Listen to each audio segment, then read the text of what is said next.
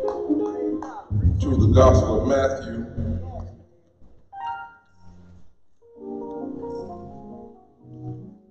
Matthew chapter 27.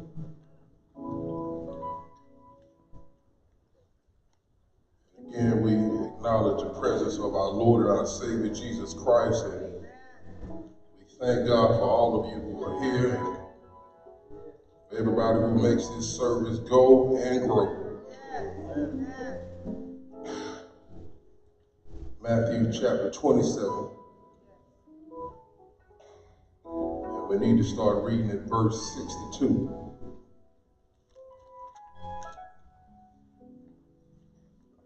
Matthew 27, starting at verse 62. On the next day, which followed the day of preparation, the chief priests and Pharisees gathered together to Pilate, saying, "Sir, we remember while he was still alive, how that deceiver said, 'After 3 days I will rise.' Therefore command that the tomb be made secure until the 3rd day, lest his disciples come by night and steal him away, and say to the people, 'He has risen from the dead.' So the last deception will be worse than the first." Pilate said to them, "You have a guard. Go your way. Make it as secure as you know how." So they went and made the tomb secure, sealing the stone and setting the guard. Now let's keep going into chapter 28. We need the first 8 verses from there. Now after the Sabbath, this first day of the week began to dawn, Mary Magdalene and the other Mary came to see the tomb. And behold, there was a great earthquake, for an angel of the Lord descended from heaven, and came and rolled back the stone from the door and sat on it. His countenance was like lightning, and his clothing as white as snow. And the guards shook for fear of him, and became like dead men. But the angel answered and said to the women, "Do not be afraid, for I know that you seek Jesus who was crucified. He is not here, for he is risen as he said. Come see the place where they laid the Lord lay, and go quickly and tell his disciples that he is risen from the dead. And indeed he is going back before you into Galilee. There you will see him. Behold, I have told you." So they went out quickly from the tomb with fear and great joy, and ran to bring his disciples word. I want to use for a subject, tell them that I sent you. Tell them that I sent you. By the time that we reach our text, Friday is past. Jesus has been crucified. His body has been lifted up, and he is dead. And his bloody, bruised body is pulled off of the cross at the request of Nicodemus and Joseph Arimatheus. And Nicodemus and Joseph buried the body of Jesus in a tomb that was borrowed from Joseph. And in the old school church that I was raised in, we were taught that Jesus was put in the borrowed man's tomb because he didn't plan on staying there long. And with the death and the burial of Jesus, things look to be settling down in Jerusalem. Law and order has been restored. And it looks like the people have gotten away with murder. So peace and harmony exists once again. And the riot and the uprising has been avoided. So Pilate's job is safe. The priests have their freedoms back. And things appear to be getting back to normal. And all it took was the death and the crucifixion of one man on the cross. So now the disciples are hiding out in Jerusalem because they are scared that the same Pilate who killed their leader would now be looking for them to make sure that this Jesus thing is over with. But for the priests and the Pharisees, the issue is not the disciples, because they have a bigger problem. Because they remember that this danger is not over just because Jesus is dead. Because the priests and the Pharisees remember that when Jesus was alive, that he prophesied and he predicted that if you destroy this temple, that in 3 days I will raise it up again. So the priests and the Pharisees have remembered what the disciples have forgotten. And that is that it's not over until God says it's over. So they call a meeting with Pilate because something needs to be done to make sure that there's no rumor of a resurrection. Because we already had problems with this miracle worker, water walking, and wine making Jesus.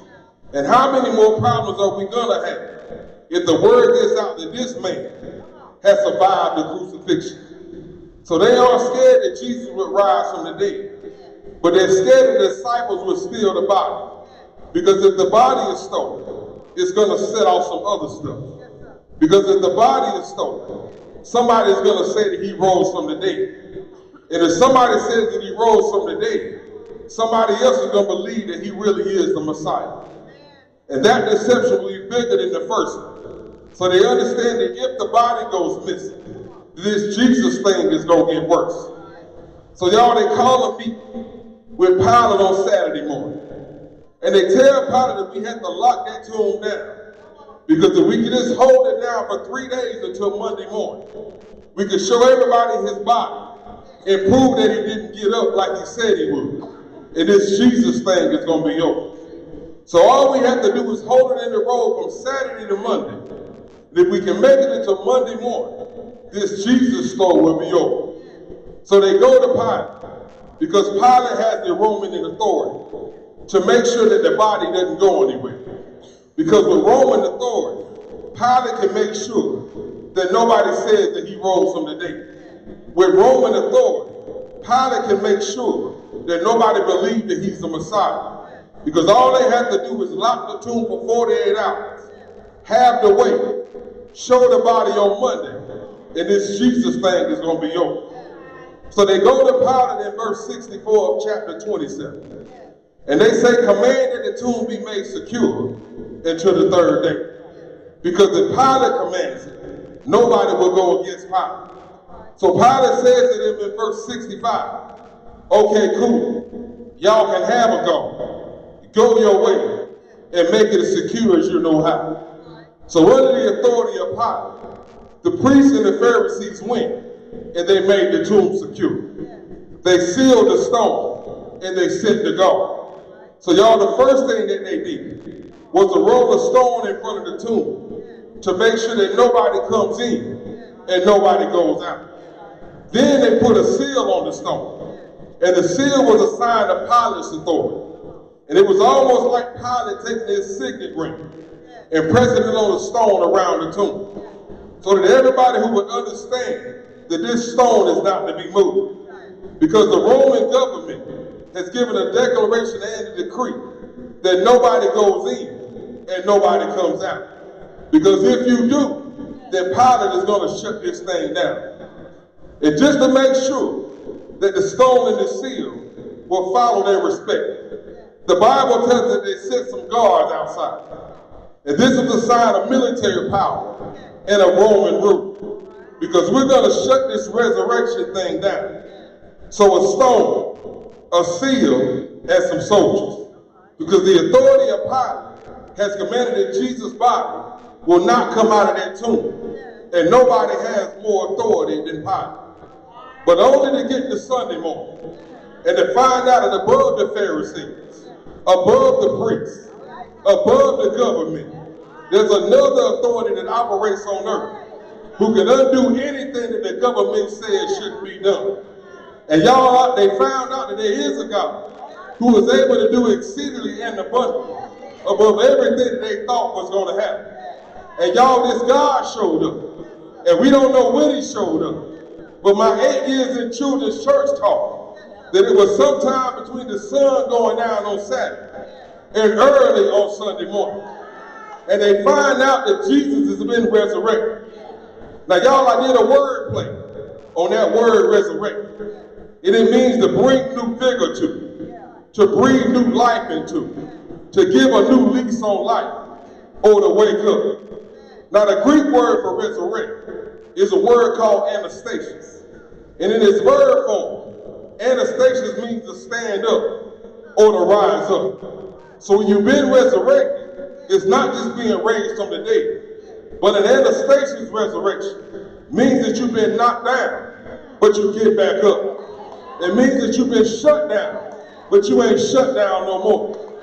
Somebody who's been shut down, but you ain't quiet no more. So y'all, the resurrection is the follow-up and a carryover of the revolution that Jesus was going to bring. Because in the resurrection, the Lord is saying to Pilate, and the Lord is saying to the Pharisees, that you can't stop what I'm going to do.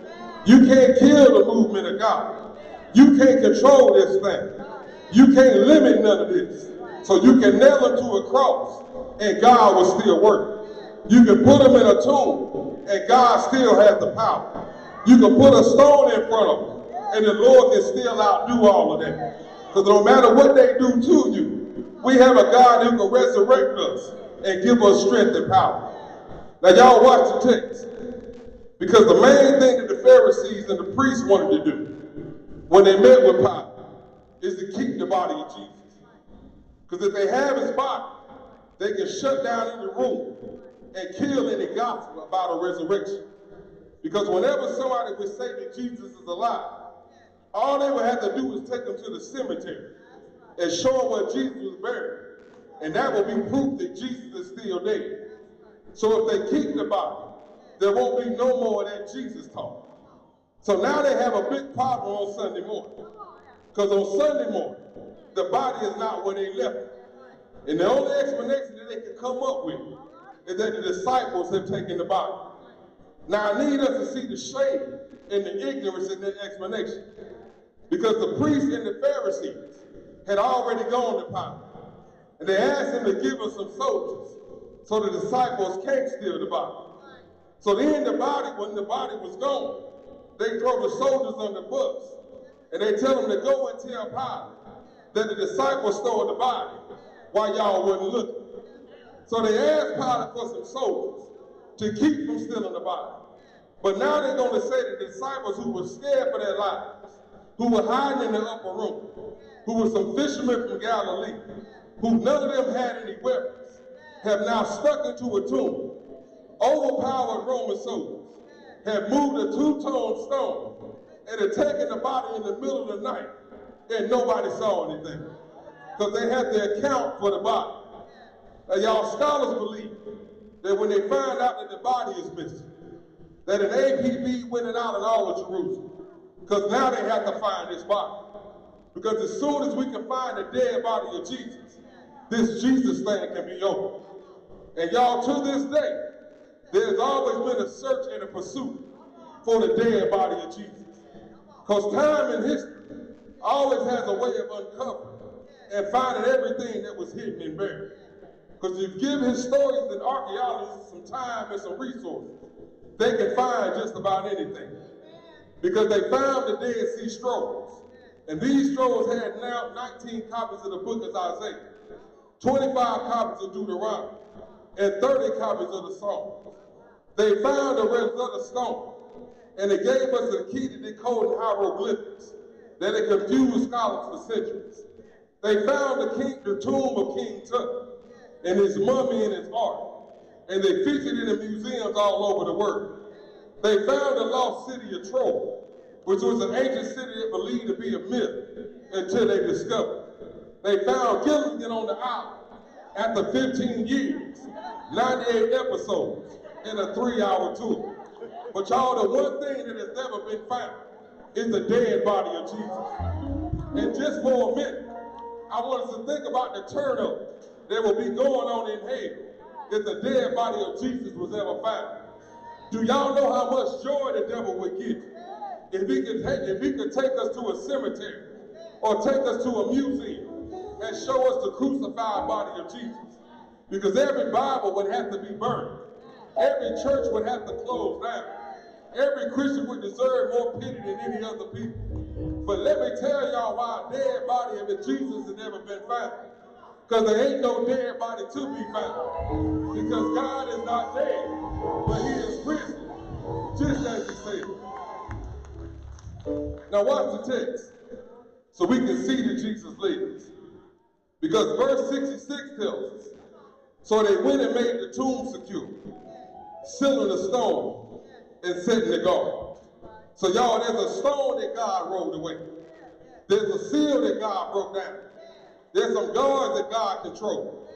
So the Lord sees the seal, and he doesn't care what Pilate said. God sees the stone, and he doesn't care what obstacles in the way.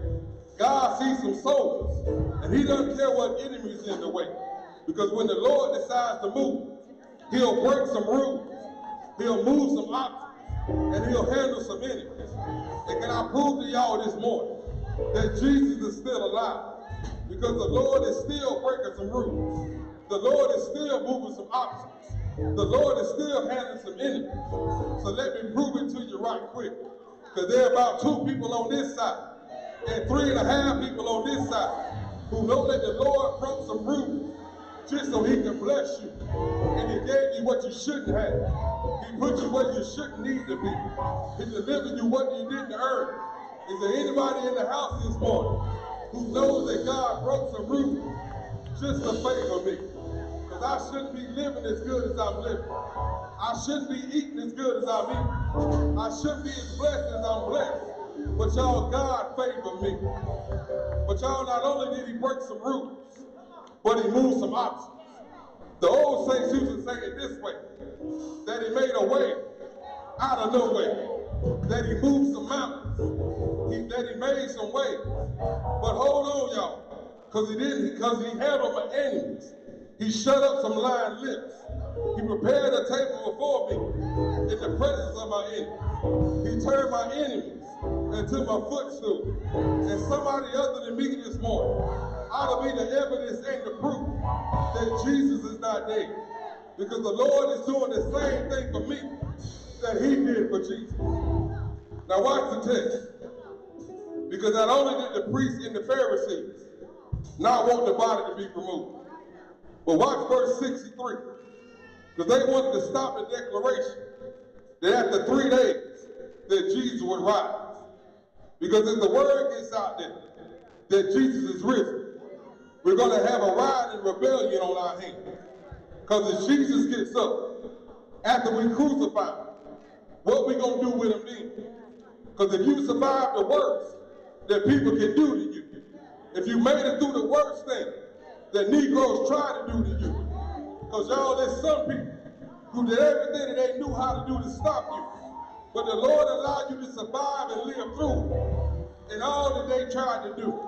And y'all, when you live through the worst, what you gonna do with me now? Because I've already been talked about. I've already been crucified. I've already been scandalized. I've already been judged. I've already had my name in people's mouths. I've already been depressed and discouraged. I've already been sick. And y'all, the Lord has already brought me through all of that. It ain't much that you can do to me now. So they want to stop the declaration that God is risen from the dead. And y'all, it was funny to me that in verses 1 through 7 of chapter 28, that when Mary Magdalene and the other Mary came to the tomb, that the angel told them to go quick and to tell everybody that he is risen from the dead. So don't just tell anybody. Don't just tell somebody, but tell everybody that he is not here, for he is risen as he said. So y'all, the resurrection connects what Jesus said was going to happen to what really happened. And here's the power of the resurrection, because it proves that every promise that the Lord has made, it guarantees every word that the Lord has given. Because in the resurrection, it gives us faith and trust that everything the Lord said he was going to do. Because if the Lord said it, the Lord is going to do it. If God promised it, God is going to complete it. If God predicted it, God is going to conform to it. If the Lord said it was going to happen, then y'all can believe it's going to happen. And all we have to do is trust God and watch him do what he said he was going to do. Now y'all, here's where it got good to me. Because Pilate gave the command that the body better not go nowhere. But Pilate's command didn't mean nothing. Because Jesus says, I'm getting up out of here in 3 days. And what Jesus said is exactly what happened. So Pilate gave the command, but his command came up short. Jesus makes a promise, and his word was bound. So now I need to give y'all some good news and some bad news. And the bad news is this, is that you can't trust what people say. But here's some resurrection good news this morning. Because you can always take God at his word. And whatever the Lord says he can do, you best believe that he's able to do it. Because he's able to work all things together for your good. He's able to take the weeping of your night and turn it to joy in the morning. He's able to supply all your needs according to his riches and glory. Tell somebody he's able. That was the wrong somebody. Tell somebody else you can trust God. Because in the resurrection, we have the defense for all the promises that God has already made. So how did I know that God will never leave me or forsake me? Because he lives. How do I know that no weapon formed against me shall prosper? Because he lives. How do I know that what they meant for evil, that God worked together for my good? Because he lives. How do I know that in the time of trouble, that he shall hide me? Because he lives. How do I know that they that wait upon the Lord shall renew their strength? Because he lives. How do I know that if I give it to God, that he'll give it back to me? Because he lives. How do I know that the Lord is my shepherd, and I shall not want? Because he lives. And y'all, because he lives, the Lord is still doing what he's been doing. So watch verse 63. Because the priests and the Pharisees, they want to meet with Pilate, so they can shut down the rumor and the gossip of the resurrection. Because they remember that while he was still alive, how that deceiver said, after 3 days I will rise. So y'all, they want to be sure that after 2019 years, that whenever the name of Jesus is lifted up, that people will roll their eyes and shake their heads and say that he was nothing but a deceiver and a liar. They wanted the name of Jesus to remind everybody about a failed Messiah. They wanted the name of Jesus to remind them of a false Messiah. They wanted the name of Jesus to make them close their mouths, smack their lips, fold their arms, cross your legs, and dare somebody to make you get happy on Easter Sunday. They wanted you to hear the name of Jesus and to believe that there's no power in their name. But early on a Sunday morning, the Bible tells us that Jesus got up with all power in his hand. And y'all, when the disciples saw Jesus, the Bible tells us they started to call him by some other names. And they called him Lord, and they called him Savior. They called him Master, and they called him Logos. They called him the light of the world, and the King of the Jews. They called him the King of Kings, and the Lord of Lords. They called him the wheel in the middle of a wheel. They called him the bright and morning star. They called him the rose of Sharon. They called him the lily of the valley. They called him the Alpha and Omega. They called him the Kappa and the Zeta. They called him the beginning and the end. So y'all, they called him by some other names. Now I need y'all to get this, because the names that they called Jesus were the names that were set aside for Caesar. Because the Romans called Caesar Lord. The Romans called Caesar King. The Romans called Caesar Master. The Romans called Caesar their Savior. But y'all, after the resurrection, the disciples recognized that there was somebody who was greater than Caesar. And he is the Lord of Lords. He is the King of Kings. He is the Savior of the world. And when we call out his name, there's power in that name. And when you call on the name of Jesus, some stuff starts to happen. Because at the name of Jesus, every knee shall bow. At the name of Jesus, every tongue shall confess. At the name of Jesus, the demons in hell shake and tremble. At the name of Jesus, sickness is rebuked. At the name of Jesus, families are restored. But there's something about that name. Y'all, we got to get up out of here. But a few weeks ago, I had one of my former classmates to call, because he had gotten a failing grade on his midterm. And he knew I was in good with the dean. So he wanted me to talk with the dean, because the professor that had given him the bad grade wasn't responding to his emails or taking his phone calls. So I told him that I would see what I could do. And I told him to email the dean and to tell the dean that you Bernard Fuller's homeboy. So he emailed the dean and he told the dean that I'm Bernard Fuller's homeboy. And he told me to tell you that he told me to let you know about my grade. So the dean told him that his schedule was tight and that he was scheduled to fly out in a few hours. But if he could come to his office right then and there, that he could meet with him because he used my name. Now y'all, apparently after they talked, the dean still wouldn't change the bad grade the professor gave him. So the next day, he went to the president's office. And he thought that he would try the same thing with the president, where they worked with the dean. And when he told the president's secretary, he said, "Excuse me, miss, but I'm a good friend of Bernard Fuller from North Carolina. And he told me to come talk to the president." And y'all, he told me that the secretary said, "Okay, brother, but that don't mean nothing in this office. Because my name can't get you but so far. My name doesn't have a whole lot of juice to it. My name doesn't have a whole lot of power behind it. My name can't open any doors. But y'all, I'm a living witness this morning that there is a name. And when you call on that name, doors will open. When you call on that name, relationships are saved. When you call on that name, God will favor you. And there is a name I love to hear. I love to sing his word. It sounds like music in my ear. The sweetest name on earth. Oh, how I love Jesus. Oh, how I love Jesus. Oh, how I love Jesus. Because he first loved me. So Jesus when I'm sick. Jesus when I'm hungry. Jesus when I'm broke. Jesus when I'm depressed. Jesus when I'm by myself. Because there's power in that name. God bless y'all.